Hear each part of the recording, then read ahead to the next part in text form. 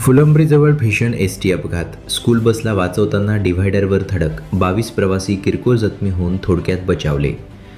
छत्रपती संभाजीनगर रस्त्यावरील बिल्डाफाटा परिसरात पहाटे 3:30 वाजेच्या सुमारास महाराष्ट्र राज्य मार्ग परिवहन महामंडळाच्या स्लीपर बसचा भीषण अपघात झाला.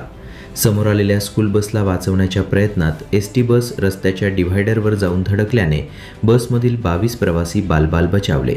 मिळालेल्या माहितीनुसार रावेर आगाराची स्लीपर बस प्रवाशांना घेऊन जात होती. बसमध्ये सुमारे 22 प्रवासी प्रवास करत होते.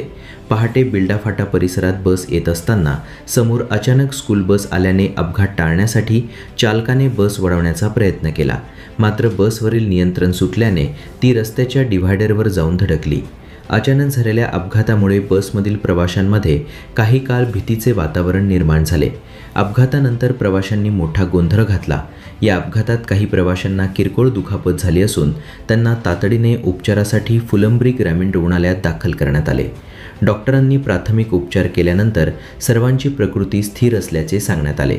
दरम्यान किरकोळ उपचारानंतर प्रवाशांना पुढील प्रवासासाठी दुसऱ्या बसने रवाना करण्यात आल्याची माहिती एसटी महामंडळाच्या कर्मचाऱ्यांनी दिली.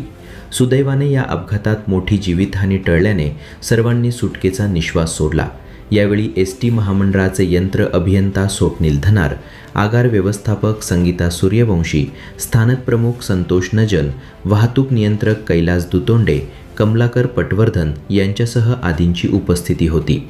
सदरील अपघात इतका भीषण होता की समोरचा दरवाजा उघडला नसल्याने पाठीमागचा दरवाजा ओपन करून प्रवाशांना बाहेर काढण्यात आले. प्रवाशांनी बसच्या बाहेर आल्यानंतर मोकळा श्वास घेतला. सदरील अपघात झाल्यानंतर एसटीचे कंडक्टर असलम तडवी यांनी तात्काळ 112 नंबरवर कॉल करून सदरील अपघाताची माहिती दिली. त्याबरोबर रुग्णवाहिकेसाठी 108 नंबरवर कॉल करून अपघाताची माहिती दिल्यानंतर तात्काळ पोलीस व रुग्णवाहिका घटनास्थळी दाखल झाली. त्यानंतर तात्काळ फुलंब्री येथील ग्रामीण रुग्णालयात दाखल करून त्यांच्यावर उपचार करून त्यांना पुढील प्रवासासाठी नवीन बस बोलवण्यात आली होती आणि त्यांना बसून देण्यात आले.